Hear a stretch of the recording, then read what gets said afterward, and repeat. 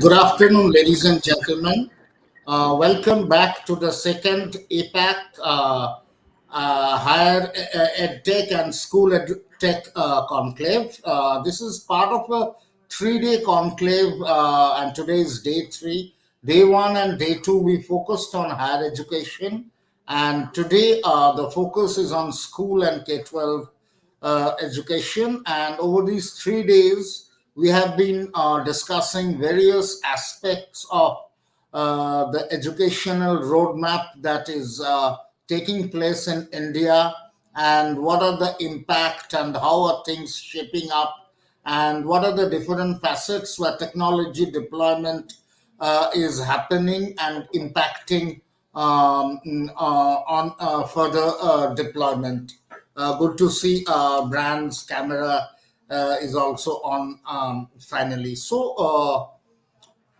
Before we start the panel discussion, it gives me a great pleasure to introduce the very esoteric set of panelists we have for today's session on when we are talking about significance of the new generation technologies in school education. We have with us Mahmood Kadri, Chief Coordinator of Crimson Education. Welcome, Mr. Kadri. We have with us Anjum Babu Khan, Director Education, Glendale Group of Schools. Welcome, Anjum. We have with Thank us you. Brian Cooklin, is a Managing Director of Nord Anglia Education. Welcome to the show, Brian. We have with us Dr. Amrita Vora, Director Education, James India, and Executive Principal of James International School, Gurgaon. Welcome, Amrita. We have with us uh, Jyoti Mendiratta Seth, Principal and Director of MR Jaipuria Schools. Welcome, Jyoti. Good afternoon, everyone. And we are also joined by Amit Pawar, Director Education Modern Workplace of Microsoft Asia. Welcome to the discussion, Amit. Thank you. Pleasure to be here. Okay, let's start, and let me start with maybe Mahmood. I will start the first question. What I would like to know, more generic from the top level, a question on. We are talking about new generation technologies. So, what are some of these, very briefly, what are some of these new gen technologies that are sort of redefining how formal education is being imparted in the country? I know the pandemic accelerated the adoption, but what are some of these new generation technologies which you would like to highlight? Very briefly, Mahmood. Well, thank you very much, APEC, and thank you for giving me this opportunity. Just to put it in context, first education was about storytelling, and storytellers controlled it. Then the alphabets replaced, and memory was replaced by alphabets. Ideas were written. Then came the printing press and cheap textbooks, teachers for the diction, and then we had the industrial revolution, the blackboards, the whiteboards, the smart boards, interactive boards. Now, when you talk about future, you know that technology changes every 6 months. So it's very difficult to say what will be the future technology. But what is right now is advanced robotics,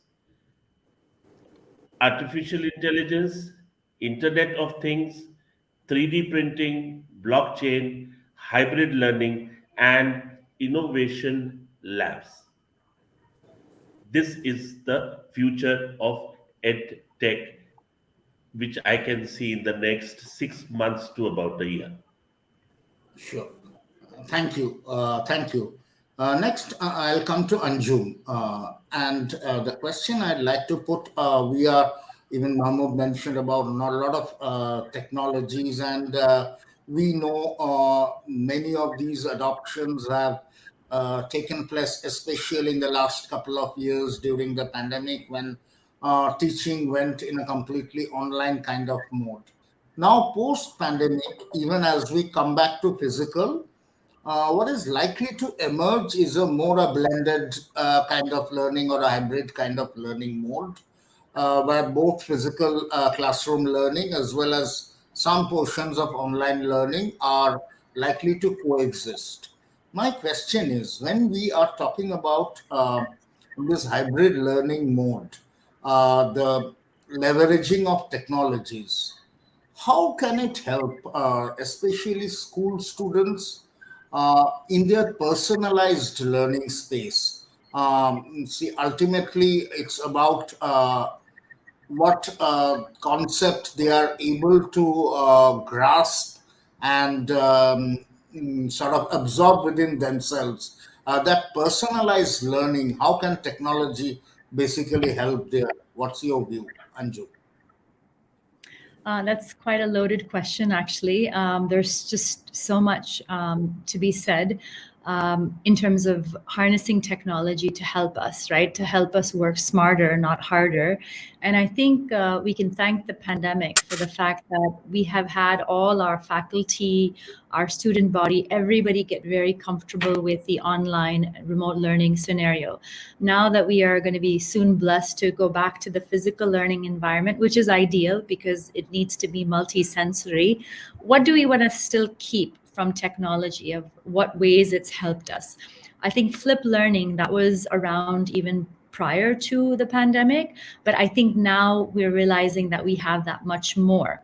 So we can definitely divide our syllabus or the content that we would like to deliver and empower and enrich the students with into a kind of an asynchronous and synchronous sort of segregation. So what would be best to be done on the child's own time, and what is best to utilize, and what best can the teacher facilitate in the in-person environment, in the physical learning environment. That's really important. I think as schools, we're trying to create a culture of thinking, right? We need to teach children not content itself, but what to do with that content. We have all your 21st century skills of communication, collaboration, critical thinking, creativity, and of course, developing of character. Now, what is it that we can do online and what can we not do online? We have to establish that. I think technology can give us a lot of feedback, instant feedback loops. It helps tell us where we are right now, whether it's in reading and math proficiency, whether it's in any type of content, proficiency. It gives us that immediate, like, where are we and how do we measure ourselves in relation to our class, in relation to other people in our age group, regionally, nationally, internationally, in those standards. So that's a really great system to have. What we've also done in our school is have psychometrics for various things. We're a multiple intelligence school, so we've had multiple intelligence psychometrics done that give a child and the parents an indication where are they at in this aspect of intelligence, whether it's logical, mathematical, whether it's visual, spatial, etc., etc. There's like 8 different intelligences. Now, it also can give you feedback. What else can you do to build this competency within the child?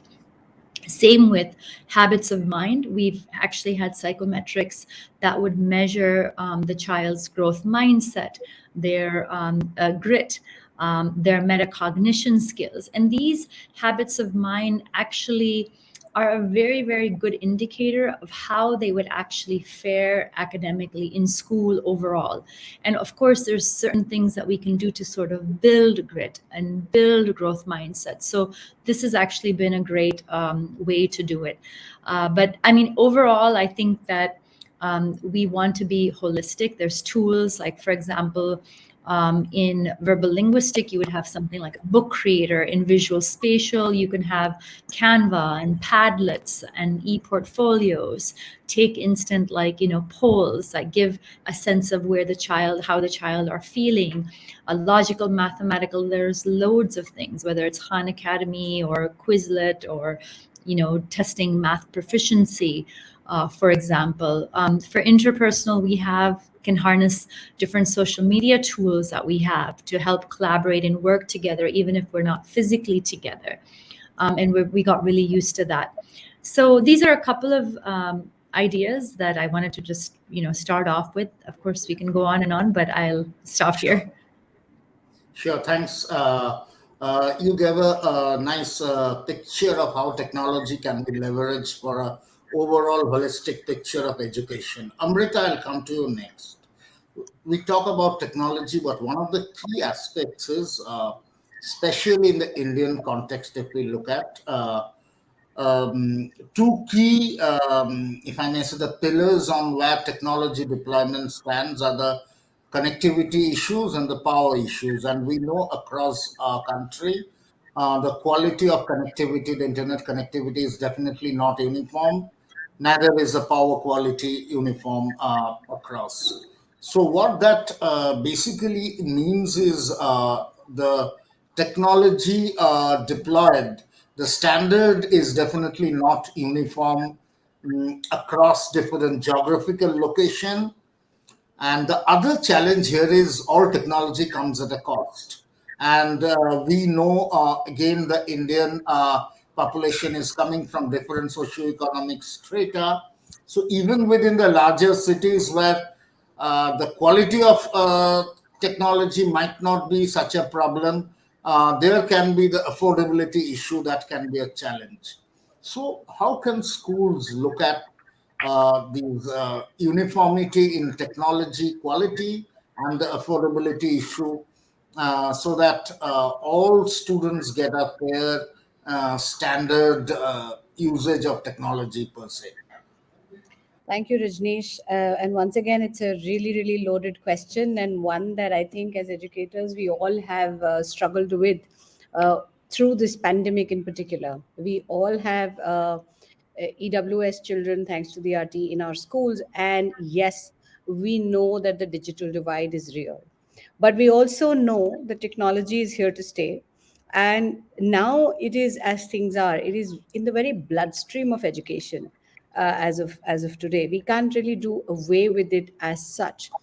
But the pandemic was like an emergency response, and certain things were required, and we did those during that emergency response. It was nevertheless not an ideal situation. Like Anjum just now put it, that we are very happy and blessed to be now back in this physical school space where children hopefully will all be attending in person. And yes, we do need the multisensory environment. We do need to mainstream more than anything else social emotional learning. And in different ways, we are using not just technology, but a whole lot of other resources also for all of these aspects to build into our schools. Now, one of the things that I think worked well, the digital divide is real, and so many children did not have devices or access to the internet. In some cases, access was there, but device was a major issue during the pandemic.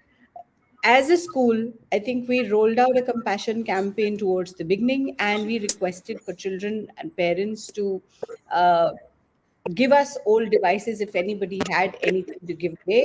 And we worked with those. We kind of got them prepared, and we ensured that some devices were in place every single child from whichever area. Now, certain children who did not have connectivity, we provided individual spaces in the school to them to be there. Only during the days of the lockdown they could not, but the rest of the days uh, they could, when they could reach school. But in different rooms, different children had a device provided and connectivity provided through the school and so on. We ensured home deliveries and things of various things and so on. But more than all of this, the provision of access, what really worked well for us, that in our school we've always had the crew systems. Children have always worked in collaborative circles or learning circles. So it's a group of 5 6 children who are always together, and it could be not necessarily a group from the same grade level, but very often mixed mixed grade levels as well. So we are very Montessori in our thought process, and that really helps us. And so when children are anyway working first on their own, it is not something whether they're attending a lesson online or hybrid or blended or in person in school, it's never a child really attending some sort of a lecture. The teacher is only facilitating. There is a lot of PBL happening, so the children have a task assigned and they have to come up with things, and they have queries, and they have discussions and so on. So these crews really worked well together. Even for a child within the crew who probably did not have access for some reason or the other, we saw children coming up with innovative solutions to support this other kid within their group, because they figured out ways wherein they could get things and text to reach him. On WhatsApp they got certain things to reach, that thankfully did work. On and through and physically they managed to kind of group together in different parts in different places, and had their stuff ready. They ensured that the child who was not with technology was assigned tasks that he or she could do without, or Z could do without the use of genuine or extensive use of technology. Nevertheless, where they could, they ensured that even that was possible. So it is flipped in a way. It is kind of naturally flipped in a way, and that definitely helps. Uh, there is a lot of assistive and adaptive technologies also there. So children with special education needs, there is a lot possible for them, and we've been using technology extensively in that direction. Also, for teachers, technology is not just something that necessarily only the child has to use. Yes, ideally, anything which is only being used by the teacher and not in the hands of the learner will become very teacher led. But assessment is a very key area where technology comes in really, really handy, from data analysis point of view, from data triangulation point of view. So, like Anjum was saying, psychometric, yes, that's very useful. And other than that, all kinds of assessments that become so quick and easy, so that a lot of manual work is cut down for the teacher, and that can be done. So we have to just be innovative. We are working towards creating social, creative, and emotional intelligences in children. I think we need the same with ourselves. We just need to innovate. And yes, there are ways, and we find ways when we are pushed for it. Thank you. The assessment part, I would like to talk in detail later on that, because that's a critical component. I'll come to you, Bran, next. My question is, especially in the last couple of years, more so, we have seen the emergence of a number of edtech solution providers. Now, my question is, yeah, primarily since the students were learning in an completely online mode, many of these edtech usage was extensive. Going forward, as we go towards a hybrid kind of learning mode, what will be the role the schools foresee, the relation with these edtech solution providers in terms of imparting learning to the students when they're in that hybrid learning mode? Brand. Well, I think we have to be very clear what we mean by hybrid learning, because hybrid learning is actually the most difficult to deliver, because it's where the teacher is delivering a lesson in class physically to students, at the same time having other members of the class online joining in that way.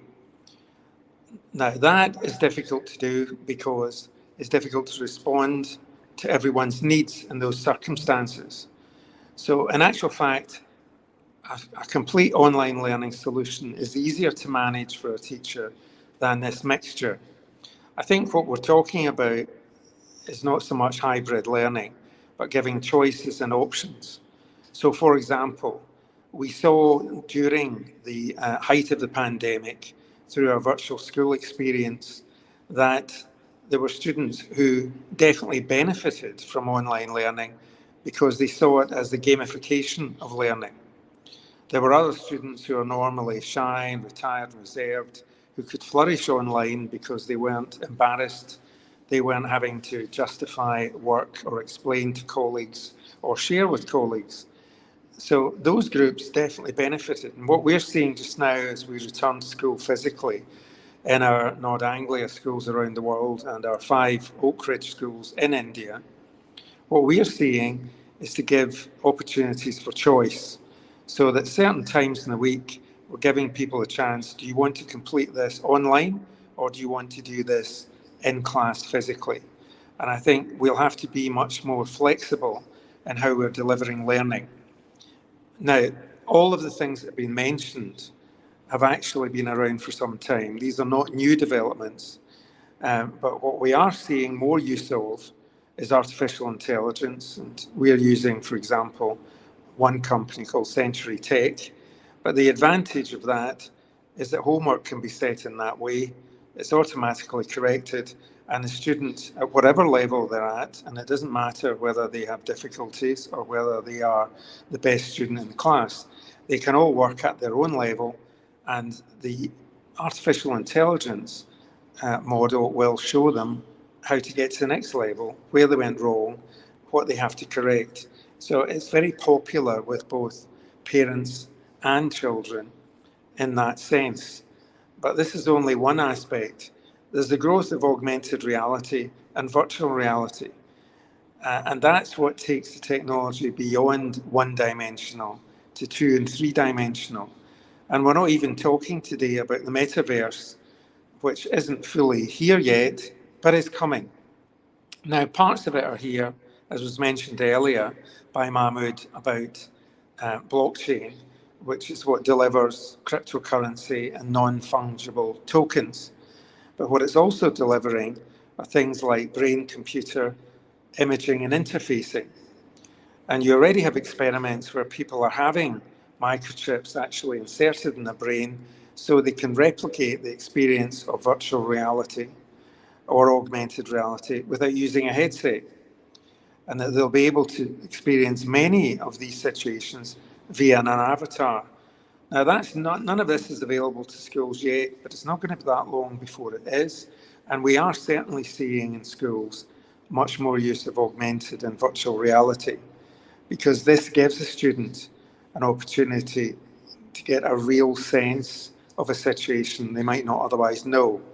So, for example, I saw a class using AR headsets, a primary class, looking at ancient civilizations, and they were looking at ancient Egypt. And as I walked in the class, they all were just looking at the pyramids and the Sphinx. And at that point, they became 3D and moved towards them. And the entire class, it's that wonderful moment, I wish I'd taken a photograph, when the whole class went, whoa, at once. And you could see the excitement and the joy in learning as it became alive to them.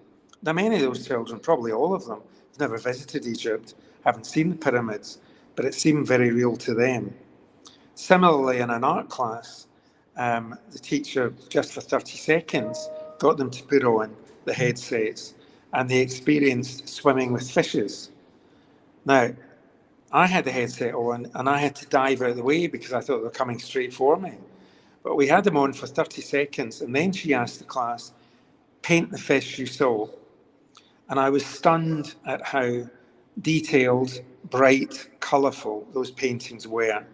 If you just walked into an art class and said to the class, draw a fish, paint a fish, it would have been flat in comparison. So the power of augmented reality and virtual reality, and I'll just finish with one more example of that. I saw an IB psychology class where the teacher was trying to explain about phobias. And the class couldn't really understand what's the fuss. Why are people frightened of spiders, for example, or snakes or other things? I'm not frightened of that. Why is somebody else frightened of it? They couldn't really get it. So he used the VR headsets to show them a program where you have to walk a plank out of the 50th floor of a skyscraper in Chicago into thin air. Now, I don't have any head for heights. I don't know about any of you, but I certainly don't. I wouldn't even attempt it. But they all thought, oh, this will be easy, and most of them couldn't do it. And what it brought home to them very clearly after the discussion afterwards was very profound, was understanding that depth of fear. Now, that was only gained by using the VR headsets. Just talking about it, just showing a video or whatever, I don't think would have had the same immediate impact. That's the direction that technology is going in. It can be, as has already been said by my colleagues, very inclusive. I've used a number of these software programs for years to diagnose any of the shortcomings that people have in learning and to then design the right intervention to help them progress. So it's a very different situation through technology, which is going to make the world come alive. But the big issue, has already been touched on, is the digital divide. We can talk about AR, VR headsets and brain computing interfaces. But if you don't have internet, you don't have Wi-Fi, and you don't have a device, this is a completely foreign language. Exactly. Exactly. Thanks for highlighting the innovative usages of augmented reality and virtual reality. Jyoti, I'll come to you next. And my question here is more on the we heard about a lot of technology deployment. Uh, my question is a little bit socio emotional, I may say. And this will be more applicable if we divide schools into the primary students, the mid school students, and high school students. So maybe less, a little bit less for the high school students, but for the primary and middle school, attending physical in-person schools, apart from learning, as we all understand, that peer group, that's for a personal development of a student is very essential, which unfortunately last couple of years didn't was not happening. So even when we are talking about an hybrid learning model, uh, how can technology? I know it cannot fully simulate this situation, but how far can technology help so that socio-emotional bonding of the students that can be somehow managed? Jyoti.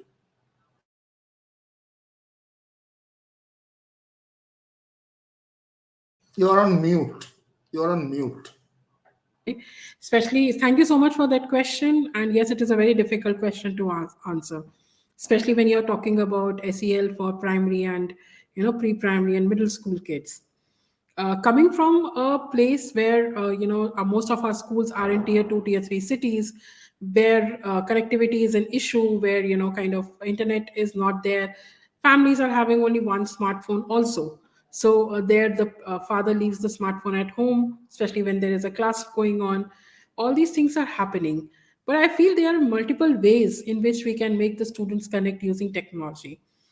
Number one, this is a hands-on experience that in the pre-primary classes especially, you must have seen the enthusiasm of the students when they connected for a Zoom class or a Google class. They used to see each other, emulate each other that, oh, isne aaj ye kapde pehne hai, so let me wear that same color next day. And that is also a way to connect, right? The teachers used to do some, and I will really thank some of the technological apps which have really helped us to connect, like the chat apps like Telegram and WhatsApp, wherein students have been given an opportunity to fill up whatever they are thinking and put pictures. So pre-primary is more about visual, primary is also more about visual, so we gave them a lot of opportunities to do a lot of PBLs, which ma'am was just talking about. So PBL is a fantastic way to connect. We gave them a lot of collaborative assignments to do, like you find your name.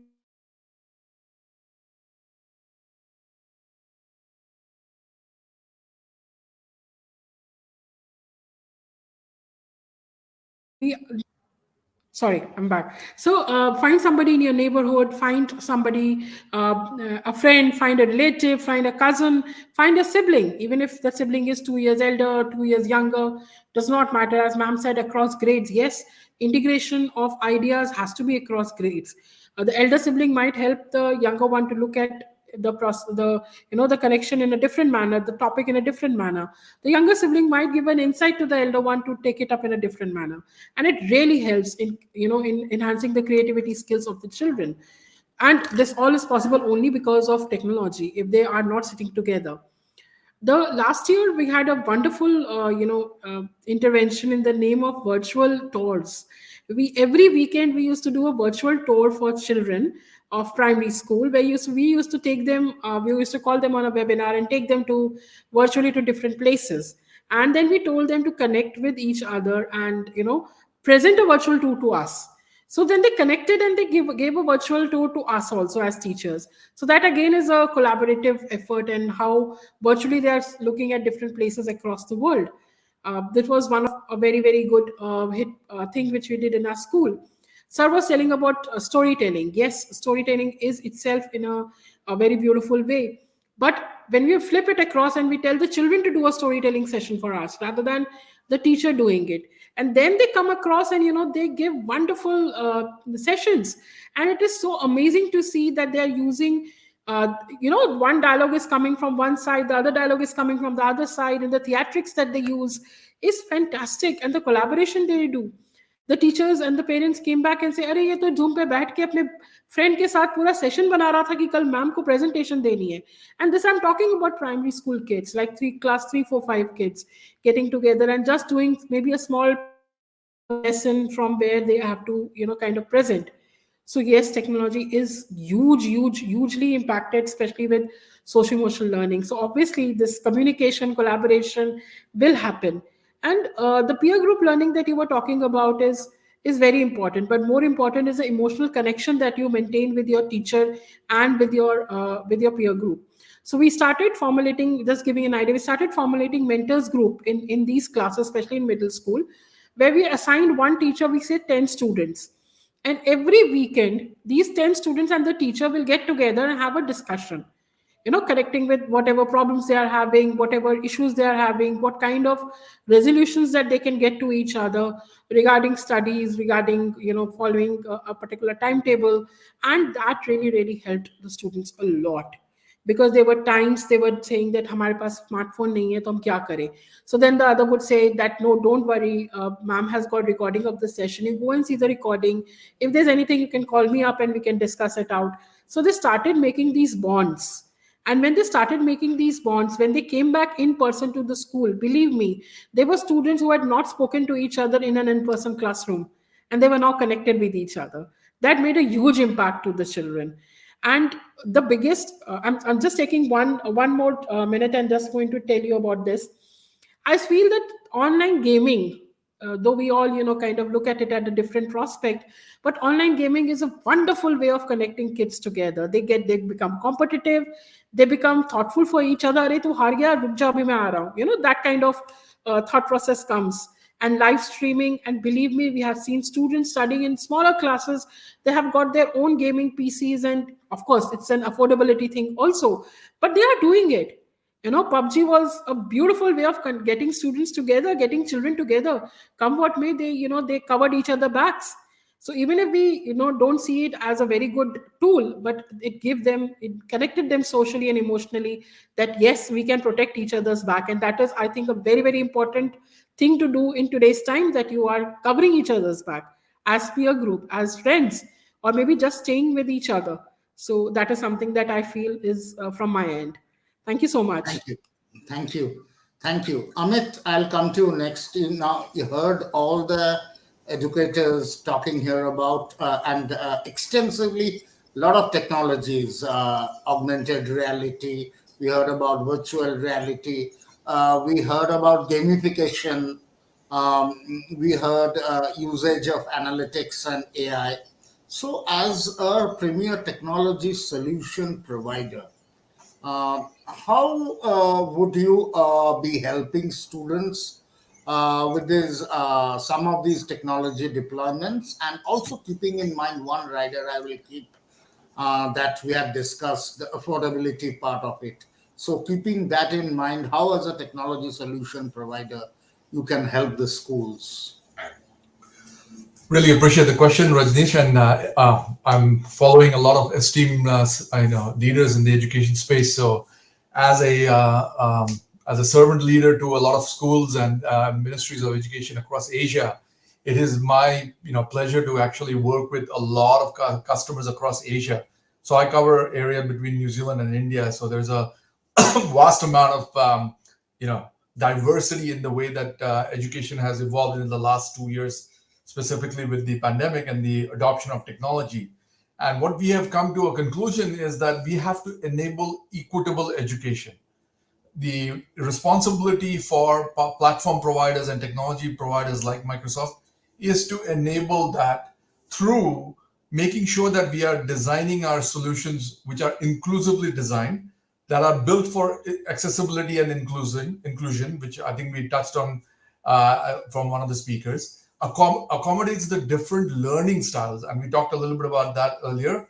There are visual learners, there are going to be learners who learn through audio and visual experiences and more immersive experiences. That's one area which has been a primary driver for the evolution of technology in the last 2 years. In fact, that's been the aim for the longest time, but especially in the last 2 years, we've seen that adoption accelerate dramatically. The other thing is that fostering well-being to enable those immersive learning experience to reinforce collaboration. I love the fact that we were just talking about this collaboration that happens through the platform, but also because the collaboration is happening, we are also able to gather a lot of information and data about how this collaboration happens, right? So it is about making sure that we are connecting people to information and connecting information to the knowledge building efforts that the students are trying to ultimately aim for through their education. Simple things like being able to even do praise badges, recognizing students' social skills, nurturing their positive learning environment through our platform has given us a lot of insights into how folks are actually, not just being competitive, but actually through the competition also collaborating and ending up with the sum being greater than the individual parts. So that for me was a great, a learning which is fostering well-being. Accelerating learning was the other thing. Visibility and the feedback to improve the skills, because as we said, there's a lot of kids who are left with have never ever met their fellow students in real, or haven't even interacted with their teachers in physical reality. So again, being able to create that environment where they can have planned conversation, but also those banters or the conversation that just happenstance when you're talking to each other in school, those don't happen anymore. So how do we leverage the tools to enable that serendipitous conversations to happen? That would happen when you're walking from and to class or from and to sport or whatever else, right? The last thing is, because we have introduced technology, and most of us may be familiar with this, we a lot of us carry fitness bands or fitness watches nowadays. Those are giving us insights into how our well-being is. What we see our technology when it comes to enabling this equitable education is the platform becomes like that, fitness band for your education, because you are interacting through the technology with other humans. You're also interacting with AI through this platform. So now suddenly you have a lot of information that's been created by the virtue of collaboration. And then we are able to use that insights. So the comment around analytics, they just happen in the background automatically, which ultimately can be linked to grades, can be linked to learning outcomes, can be linked to different mechanisms of actually measuring the outcome for the child. The last thing I'll hit on for K-12, one of the areas that has been called out greatly, especially in the transition from high school to higher education, is developing career readiness, because we want to make sure that the kids come out with the necessary skills. And I think we talked about the 6 C's earlier, from critical thinking to citizenship to character building through communication, collaboration, and so on. We want to make sure that is recognized and is also certified. So industry-based certification that we are doing also helps from the career development. And also we ended up creating an AI bot that links with LinkedIn to actually do what is called career coaching, because those are assets that we have to our disposal. So we were able to actually look at what are the careers in the country or across the world that are needed and the skills that are needed for those careers, and how we can bridge that gap, given that there has been a learning loss or has been a gap in the physical learning environment for a lot of these kids. Those are what we are providing, and ultimately, as a provider of technology, our aim is always to make this as democratized as possible through the cloud, through affordable devices, and through what we are terming as future-proof IT, because we want your investment to go the for the long term. Because what we've also noticed is during this pandemic is a lot of schools created a lot of silos of data and a lot of silos of collaboration. Multiple platforms have been used. Those who found WhatsApp went with WhatsApp. Those who found Telegram went with Telegram. Those who found Google went with Google. Those who were comfortable with Microsoft used our platform. But what that has actually created is silos of information, silos of collaboration, and of course, creates a lot of other issues. The unfortunate outcome of the pandemic is education has become the number one industry for malware and ransomware because there's a lot of user data, and usually the cybersecurity stance or the posture of a lot of schools and higher education institutions, unfortunately, is not as mature as commercial organizations or governments. So it really is, it is our responsibility as a technology provider to also create that safe, secure platform which is built on trust and security to enable all of these experiences to happen. Because the last thing you want is data leakages and privacy problems, cyberbullying issues being, kind of are already happening, and now we are responding and reimagining the way that this can be actually done in a school environment in a much more secure way as well. So there's a lot of aspects I've covered, but I know there was a loaded question as well. So many questions have been loaded. So I hope I've given you a bit of insights into how No, Microsoft definitely. thinks about this. Thank you. So, apart from the technology thing, one interesting point, and which I would like further to the way you are saying the soft skills needed for a future career, and they are sort of getting institutionalized. Maybe some provisions of the NEP looks at this, and if we have time, we'll like one of the panelists to take that up. Sure. So after round one, I'll come back to you, Mahmood, and my question to you is.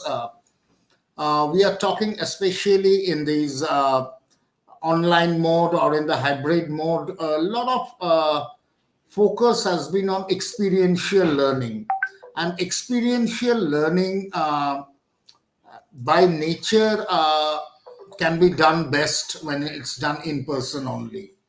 But when we are talking about concepts like virtual labs, and those digital labs kind of thing, how can experiential learning be best imparted under those scenarios?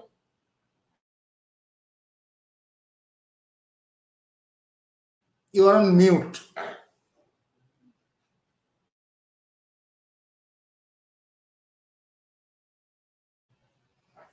Uh, Please unmute yourself. Okay. Yes. Thank you very much.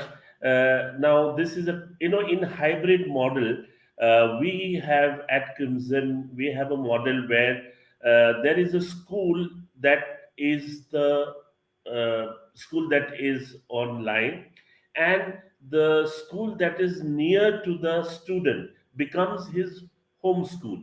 So the student can go for, say, a lab experiment to the school which is near his house or near within 4 or 5 kilometers and experience it.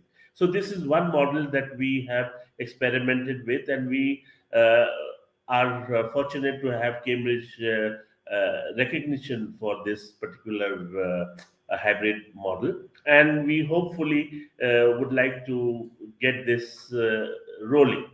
Now, virtual, what you talked of. You see, I feel that in the future, the lesson will become, instead of 45 minutes, it will become a 20-minute lesson.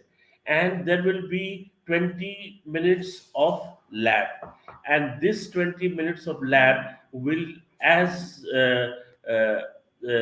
as it was pointed out by virtual reality and by artificial intelligence, you can actually, in the lab, see, you have a glove, and in that glove you can see a volcano forming, the volcano erupting, the lava flowing, and the lake forming. And all this happens and the child is experiencing it in his hand. And this type of experiential learning will come in innovation labs. Singapore University, National University of Singapore, Japan, there are many universities which are working on this model, and these innovation labs will come in. And once these labs come in, the learning, what you say of experiential learning, becomes almost, not only you don't have to have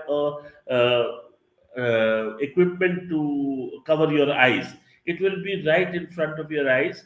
It's like a chair, gravity chair. So you sit on the gravity chair and you experience what is gravity, and it switches over, you are on the moon, you feel the gravity on the moon. So this experiential learning will definitely come. It's a technology that is fast developing. It's almost in the prototype stage, and at that point of time, we will have learning time will shorten. Experience will The child will experience it by themselves, and that will give the richness, as Richard said about the painting of the fish. Yes, you look at it with so close quarters. So when you imagine looking at a volcano exploding in your hand, and you look at what is happening after the volcano explodes, so that whole experience of about spread over 10 years can be held in 10 minutes in your hand. So that is the future of technology, and that is the future of innovation that's going to come, in my opinion. Thanks, Mahmood. Anjum, I'll come to you next. You just heard about experiential learning and how innovatively they can be used to sort of inculcate the concept in students. I have a fundamental question. We know when this teaching went online in the last couple of years, the faculties, many of the faculties themselves were not very tech savvy, but at least providing the online training over these 2 years, many of them have got much better, if I may say, in terms of handling technology. But when we are talking about these experiential learning of the future, how geared up are the faculties? And even more than higher education, I will say in school education, it's even more critical, because that's where you are finally actually creating the DNA of the student. So, how are our faculties geared up to impart these kind of experiential learning? Yes, that's another loaded question. So I don't know how to even start that. I mean, we have things like, IBM Watson, who can, give you answers. I mean, there's just so much data, right, that's accumulating. And I think the trend that I'm actually seeing with technology is that it can give you a lot of analytics and answers, but it all depends on what you put in it, right? And that's only a human prerogative, I guess. So Picasso, I wanted to just share a line that he said. He said that, computers are actually really stupid because they can only give you answers, but it's only human beings that can ask the question. So I think as human beings, we have to recognize what is so unique and special about us in terms of our experience as human beings, of what we can be enriched by, educated by, empowered by through our experience, that technology can actually not give to us. And I as an educator, I mean, I know that technology is a tool to harness and to help us work smarter, not harder, but I prefer the multi-sensory, hands-on type of experience. But the examples that have been given about augmented reality, virtual reality, in fact, I mean, I don't dismiss any of them. I think they can actually expose you to a lot in a very short, condensed amount of time. It's that experience has been curated for you. It doesn't substitute the actual. but definitely, and during the pandemic, all of our school events went online, right? So we still had our virtual Cambridge style debate. We still had our virtual, theater production. We had a virtual musical event. We had cultural programs. I mean, we did all of that. We did a lot of fitness things, with even the physical education department, visual and performing arts department. So that's all fine. But I still would like to argue that if you look at neuroscience and you look at the way the brain learns information, you look at what are the inputs and then what are the outputs of learning. So they say that if you hear something, a lecture is 5%, reading is about 10%. If you see a visual, it's about 20%. So what is technology providing you? It's giving you about a 20% advantage in terms of what you can actually intake. But the moment it becomes interactive, you go from passive to interactive. So here perhaps your augmented reality and virtual reality can kind of simulate a little bit of that learning by doing. So you can do online experiments and science, where it's like a fake kind of lab and things like that. You can actually do that. But again, that's maybe about just a little over 50%. But real way to learn anything is to be able to teach it to somebody else. So if you can actually, and that's 90% retention, the moment that you can empower a student to be able to teach it to somebody else, so things that we're doing, like I mentioned, the flip learning and things like that, that is what I think educators and schools have to sort of emphasize. So yes, you can actually use technology to have the children sort of, teach it to somebody else, for example. So I think that's what you have to concentrate on. You have to look at what neuroscience and what developmental science is, what insights they have to give, and then apply it to the education scenario that is now supported with technology, right? And we also have to be aware of the digital divide, that not every school is going to be able to provide augmented reality or maybe even virtual reality. I mean, so we've seen that. We saw a whole, huge population around the world that didn't have any access to education because they didn't have the devices, to be able to do it. Or if there's one family with, like, say, 5 kids, 3 kids, 4 kids, they didn't have enough smartphones or laptops or whatever to be able to learn. So I think we still have to look at what I would say, I recently learned the universal design for learning is how do we remove barriers to learning? So if we can use technology to remove barriers to learning, to even address, special learning needs or people's different learning styles, right, about what they're comfortable with, then that's great. So, and if we can also, there's 3 verticals to universal design for learning. There's multiple means of representation, multiple means of engagement, multiple means of action and expression. So if any of these 3 verticals, we can use technology to support and strengthen our systems, very good. Go for it. If it's going to be removing any barrier to learning. Because what we learn in the UDL framework, which is one of the most updated frameworks for learning, is that the barrier is never in the child. The barrier is always in the environment. And as education providers, what are we doing to remove any barrier to learning for the child? And if we can take technology to help us, great. But technology is not the only solution, is what I would like to rest my case with. Exactly. Thanks. Thanks.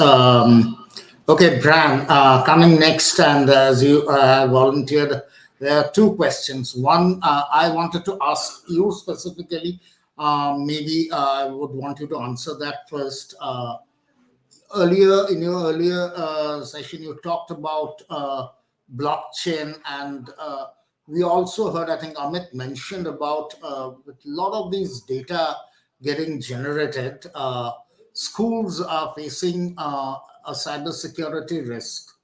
And typically, maybe the school or other academic institution Their network and environment are not as robust as commercial enterprises may be. And since students were connecting from heterogeneous devices, that security vulnerability was got enhanced. So, what are your suggestions as to mitigate these cybersecurity challenges? And the second question, which I had originally planned to ask Amrita, was an extension to what I had asked Anjum. She talked about the faculty learning part. The other question is specifically in the Indian context. Till now, assessments, all the exams were more on content based knowledge. So that sort of encouraged the learning by rote. So now, when we are moving to a more competency based assessment pattern, how are the faculties themselves first, themselves equipped or geared up to assess students based on that competencies? Bran.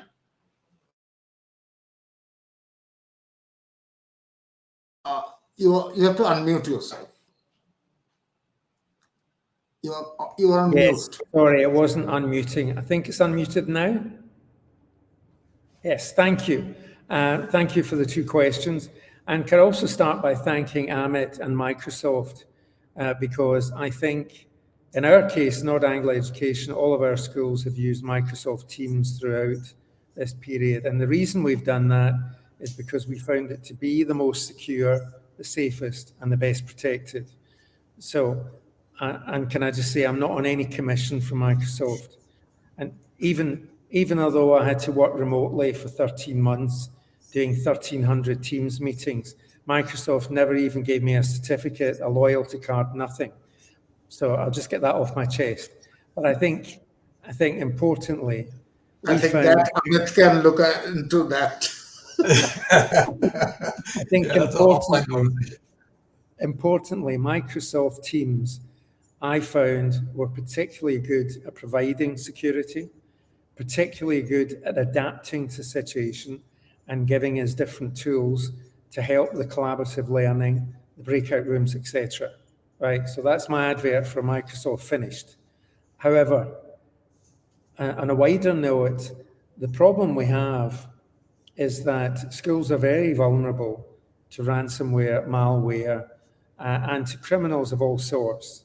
And this is one of the reasons, for example, that we did choose the particular platform, because other schools around the world had been subjected to people hacking in, doing unsavory, horrible things because they wanted access to children. So that was the first priority for us as a company and as a group of schools. How do we protect children?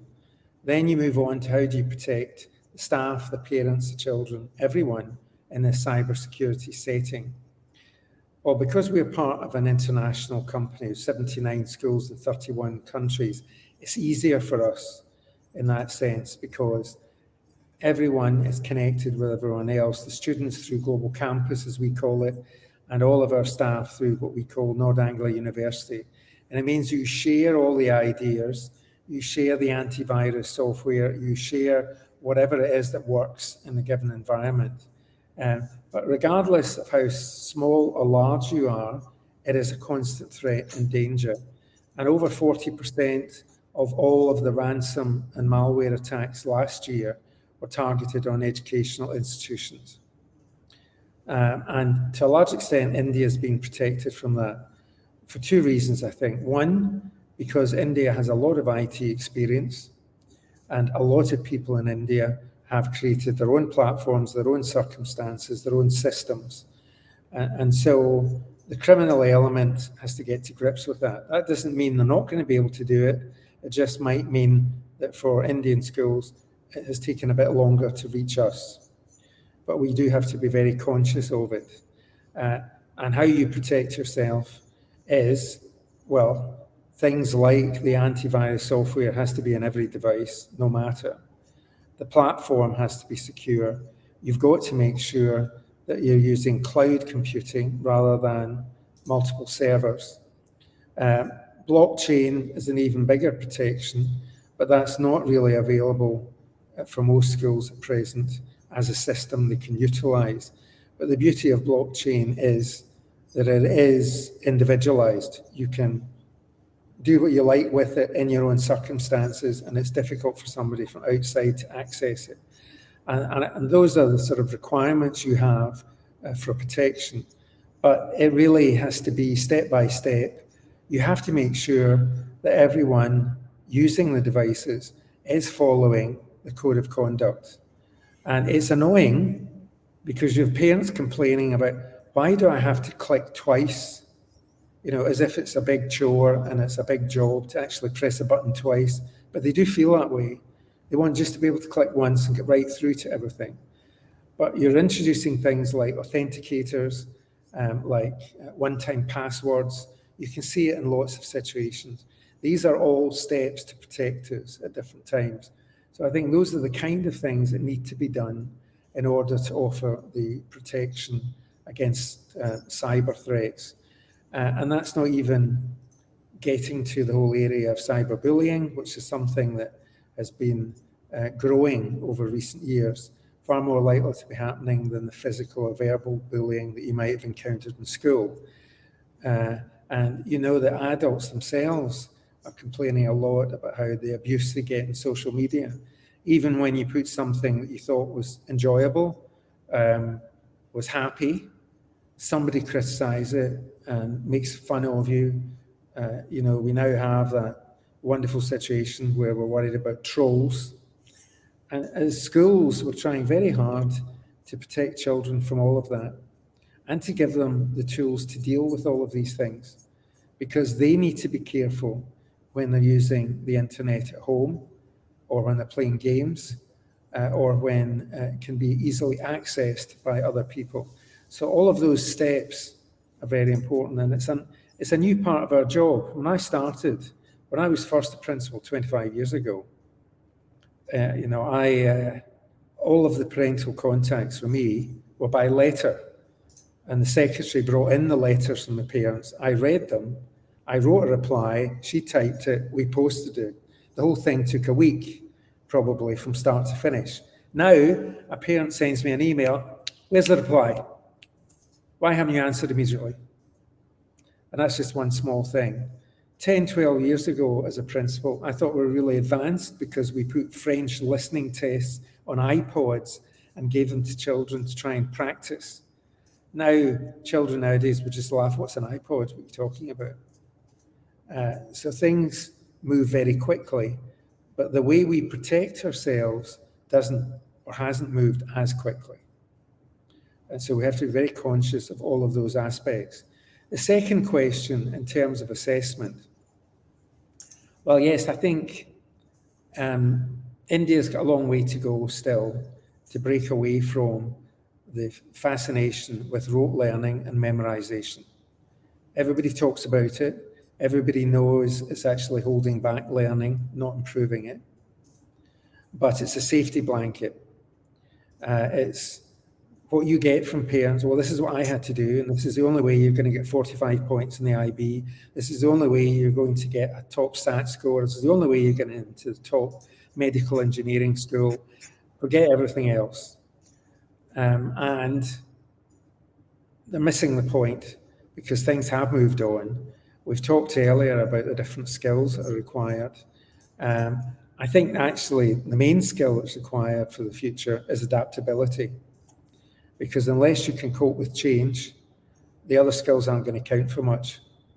And you know, we often have these references to 21st century skills and people saying, do you know 70% of the jobs that your children will be doing don't exist? As if that somehow is exciting. Well, the average teenager can tell you does not find that exciting, they find it frightening. And what we need to be doing is giving them the confidence to be able to adapt and change and cope with whatever comes their way. So in order to do that, teachers need to be measuring and assessing the right competencies and skills. Again, it's easier to do that if you can be in a network. So for example, those schools that are IB schools have access to high-level training, collaboration with other colleagues. Similarly, if you're a Cambridge school, then you've got that too. CBSE is trying to get there, We've touched briefly on the NEP, but if you look at the NEP, the vast majority of it accords with what's happening in international schools and what's happening, I think, in all the schools represented today on this panel. But it's not happening for all of the schools in India. And it'll need massive investment by the government in education to bring all schools in India up to a reasonable standard and to train people properly. There are fundamental issues to address in India because we don't have a general teaching council as you have in other countries. We don't have protected professional teaching standards. We don't have quality control over who's providing teacher training. You have great teacher training colleges, universities, and institutes, and you have others in the country that are not great. And you have whole areas of profession that are not regarded properly. It still shocks me that people can talk to me about how an early years teacher is not as important as a primary teacher, who's not as important as a secondary teacher, who's not as important as a CBSE or an IGCSE or an IB teacher.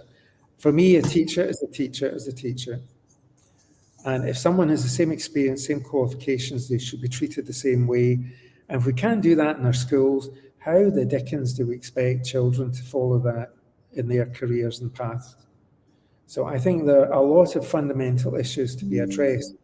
But in terms of preparing people for that competency-based assessment, then faculties can gear up with the training that's available, provided that those who own the schools, those who run the schools, can give them access to the right training. Thank you. Thank you. That's a very fundamental core you have touched. And Jyoti, I'll come to you next with an extension of that. While we talked about the competency-based assessment from the faculty side, what the NEP provisions or conceives, I may say, about interdisciplinary learning. Unlike traditionally, our education system is very compartmentalized, that in 11th, 12th, you go to that stream or that stream particular. Here you can have a mix and match kind of thing. And also the competency-based learning.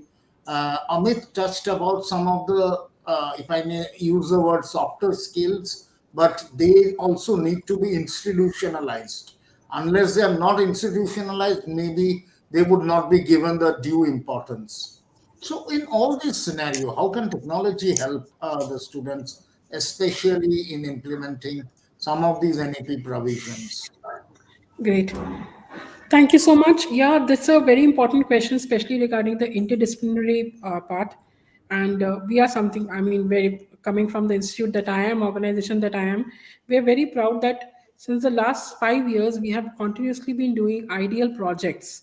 This is interdisciplinary enrichment activity for learning, which we have started from class 1 to 8, where we do 2 projects in a session, 1 in each term, where what we have done is we have picked up topics from different classes and we have integrated them into one project across all the subjects.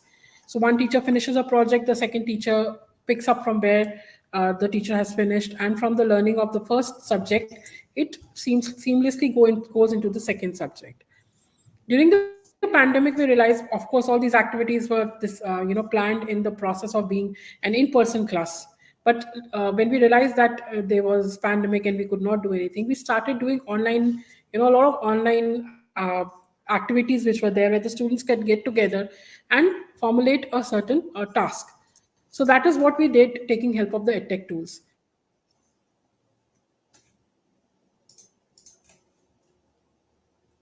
One thing, so wherein we have decided and we have started planning for benchmark assessment. So every year, especially as the CBSE talks about benchmark assessment in class 3, 5 and 8, So we are, working towards that also, to having an assessment of benchmarking all the competency level, which will help the child. Of course, all this is going to be an online kind of a thing, where the student will come to know in a great analytical detail that which is the part where the student needs to develop on. Coming again, this will help in the integrating projects also, because if a student is, say, not very good in a particular subject, that particular subject in the ideal will help the child to generate that interest in that topic. So all these comes across in the NEP. And the most important thing that we decided to do is bringing in the languages. So we have a very beautiful curriculum in Sanskrit, which is a conversational curriculum, wherein from LKG onwards, the children speak to each other using the Sanskrit language. It's a well acknowledged curriculum, and schools in Germany are using it. There are books by the name of the curriculum name is Dev Bhasha. So we are, kind of using it to interact with children, each other. So culturally, socially, they're getting connected with each other using it. And we all know how Sanskrit as a language has helped us to, become more creative and develop more better critical thinking skills. So that is one game on that we are doing it successfully since the last couple of years. So that is something that is there.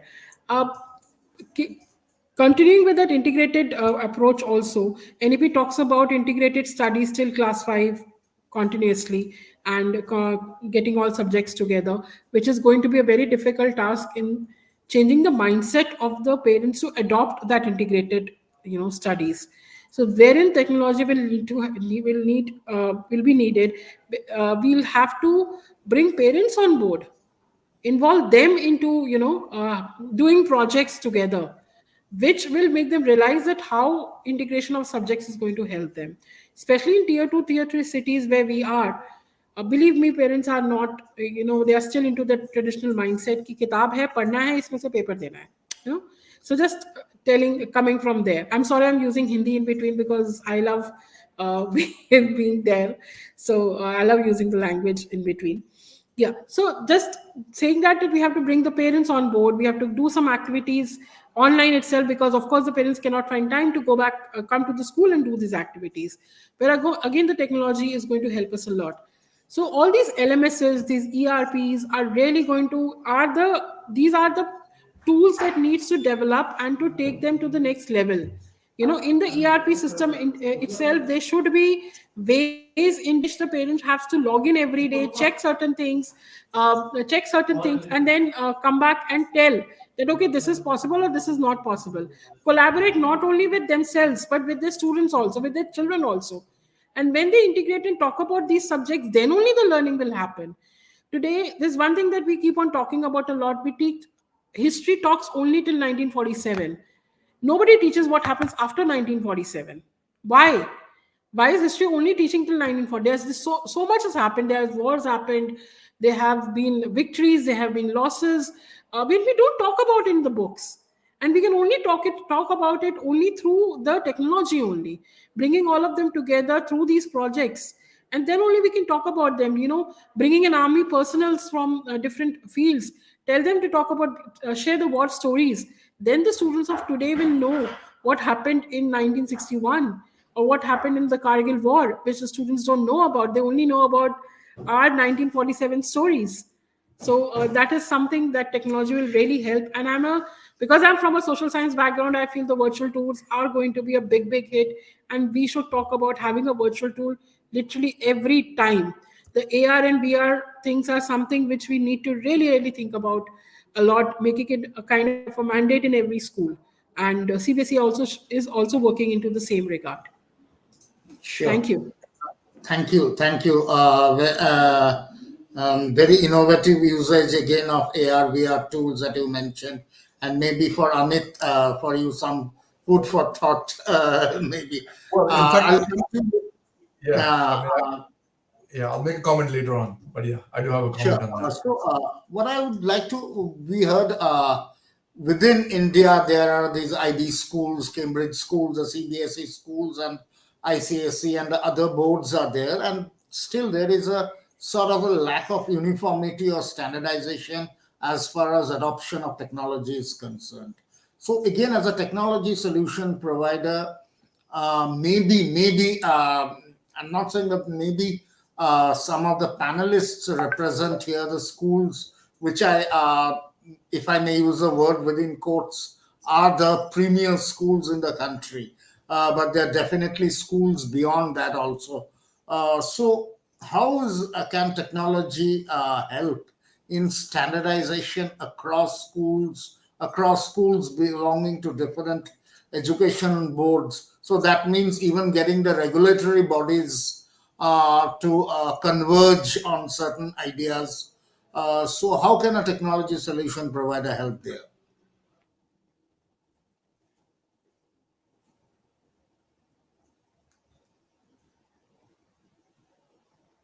Yeah, Amit.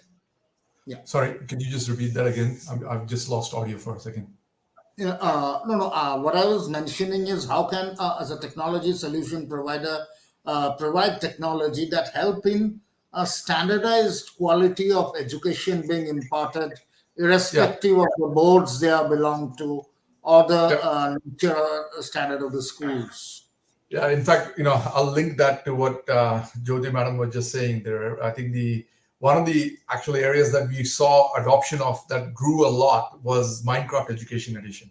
Minecraft, in fact, is for all matters of discussion, is the metaverse that a lot of people are aspiring one day will happen. In fact, kids are already in the metaverse through Minecraft. Minecraft technically is the bridge between the 2D and the 3D world. It's already happened, and it's already been organically happened. But what we saw was so for example, Australia as a country has adopted Minecraft and aligned its curriculum to teaching multiple subjects, be it maths, be it sciences, be it social sciences. And if you go to the Minecraft website and for education edition, you will see we've actually got curriculum aligned content that is actually enabling the collaboration in the 3D world on a 2D screen, mind you. But the future of Minecraft will also be on a AR VR headset. One of the things that we have, completely agreed on is, and what I'm hearing on the panel today is, we've gone from this world of having software on computers to apps on mobile devices to now this experiences in the mixed reality. That's where everything is moving towards, right? That continuum of, and in fact, what we are calling the current generation, you'll get multiple names. You'll get, get called Millennium or Gen Z or whatever else.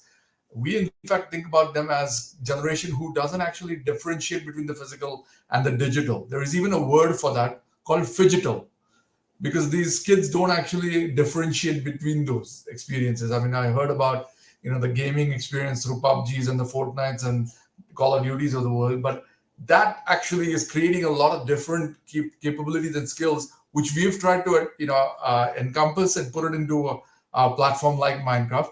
The other thing is, regardless of the board that you're on, whether you're an IB school, and I'm glad that Brian was openly talking about how they have adopted it, but we have seen adoption of our platform in Indonesia, in Philippines, in Vietnam. In fact, one of the countries that blew us out of the mind, in terms of the adoption rate was Philippines.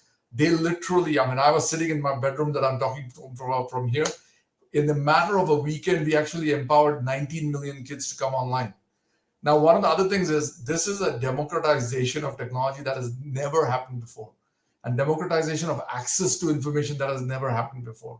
And being able to collaborate not just within your school, within your institution or your organization, but literally, talking to, I was part of a conversation when we had folks from NASA talking to kids. Right? We even do this thing called the Skype-a-thon, where you go around the world and actually connect schools with each other. So there are many ways that technology is breaking the barrier of that learning. I love what you said, Anju, earlier on. The barrier is not in the kid, the barrier is in the environment, and we as a technology provider are creating that. And I'm super excited. And that's why I wake up with goosebumps on my hand every day when I talk to educators like that, because we are having material impact. I literally could not sleep for 2 days when I empowered 19 million kids from this bedroom to be able to study during the pandemic. In fact, we had to sign off on a multi-million-dollar network connection so that we could enable that for free for Vietnam, right? There's a lot that happens in the background that technology providers like us are are committed to doing, to make sure that we are not just committing to a particular curriculum or a particular standard of education, but really working towards the UN sustainability goal of making education truly equitably accessible to everybody, right? So it doesn't matter whether you're in a 3D environment or a 2D environment, on a phone, on a web browser, or what have you. We want to make that experience as ubiquitous and as streamlined and as standardized as possible. It's not going to happen. There's always going to be people with technology that will have a particular advantage. If you have the affordability, I heard about gaming PCs and other things, they will obviously afford different experiences, but a base level of experience that everybody needs is what we are aiming for. So it is our mission to empower every individual and every organization on the planet to achieve more, and that is all absolutely starting with education. If we don't empower educators today, we're not going to empower the students, and the student of today is the contributor to the future growth of the planet as well. So we are completely committed to that mission. So yeah, hope that gives you a bit of insight into how we are providing platforms for that.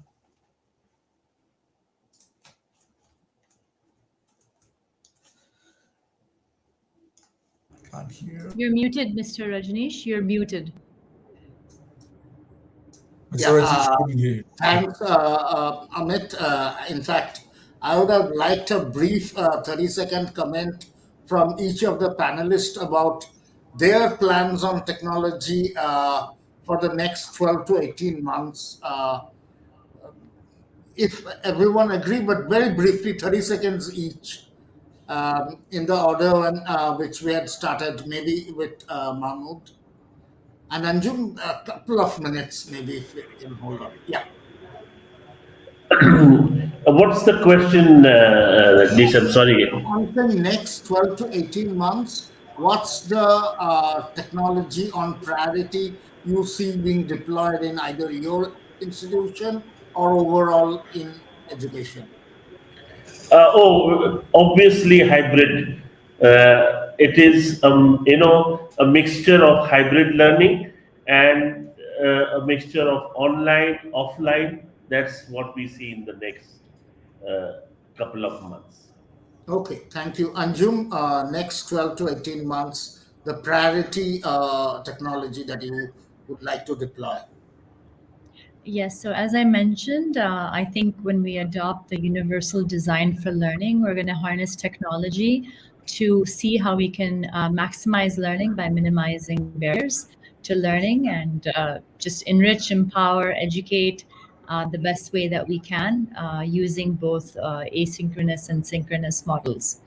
And of course, in-person learning maximum. Thank you. I need to log off, so please excuse me. Thank you. Thank you for having me here. Thank you. Bye. Yeah, Bran, your 1 minute. What's the priority?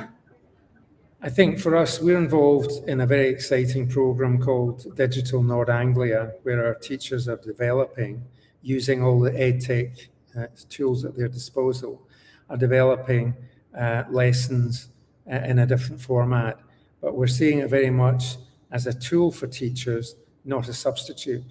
So from our point of view, it's really important that the educational technology is harnessed for the benefit of children, but not a substitute for teaching and learning. So we will be using artificial intelligence and some of the other tools that I've been talking about and adding more of our use of programs, but it's being done to identify what needs to be done to help a child progress. And as long as that's the focus and not just gimmickry, and not just trying to fill time, as long as the focus is on the child's progress, I have every confidence that the new technology is going to make a big difference. Thank you. Jyoti. So as I said before also, a major stakeholder for this is the parent. So we would like to focus on bringing parent on board for using of various technologies that are there, especially this for the students who are there in primary and pre-primary classes, where the parent needs to learn what the student is actually using and how the student is using it. Otherwise, in the overall context, the student comes back and says to the parents, "Aapko kuch samajh nahi aata," that you will not understand what we are doing. So it's important to bring the parents on board also, so that they become one of the major, helping hands with the teachers to understand what the student is doing and help the student get better in it. Thank you. Thank you. And Amit, you mentioned security. Any other priority area you would like to mention? Yeah, so I think absolutely security being one of the things, because it is a urgent requirement. Unfortunately, it's the reality of the hybrid environment that we are engaged in. The other area that is getting a lot of traction is, as we are bringing in the equitability, is the analytics of the use of this platform, because there's so many platforms that have been invested in. Us knowing to course correct on where we're going next, we need to also analyze what we've done, especially in the last 2 years. And that will give you insights into, because in a data-driven world, a lot of the decisions on where we go and how we course correct will be driven by that data that you're collecting. So looking into analytics will be another thing. And the other last thing is the actual experiential learning that we talked a lot about. There is a lot of work being done both at Microsoft and in the industry at large to have that change a lot more, even more than what we've seen in the last 2-3 years. That's where the next focus for even our platform kind of development will be, is so how do we make those experiences and collaboration in that 3D world a lot better as well. So watch this space is all I can say. Sure. Thank you. I So just the end, wanted I would to like to add. thank the panelists. I just wanted to add that Amit would be glad to know that some of our schools are Microsoft certified schools, and they are participants in your program, very active. Amit, we really need to connect. Amit, we really need to connect with each other so that we can I've talk already about reached out to Microsoft more. every one of you on LinkedIn. I've just reached out and connected everyone. I just looked at your Thank names you. and looked at you, and Thank I'm on you. LinkedIn. So Fantastic. anybody wants to ever connect with me, please do. I'm always humbled and in service of our leaders who look after education. So thank you. Thank you. Okay. Thank you. Thanks, all the panelists. Wishing you have a good day. And thanks for this very interactive and insightful panel. Thank you. Thank you. Thank you. Thank you very Thank you so Thanks very much. much, everyone. Thank you. Thank you Bye-bye. very much. Bye-bye.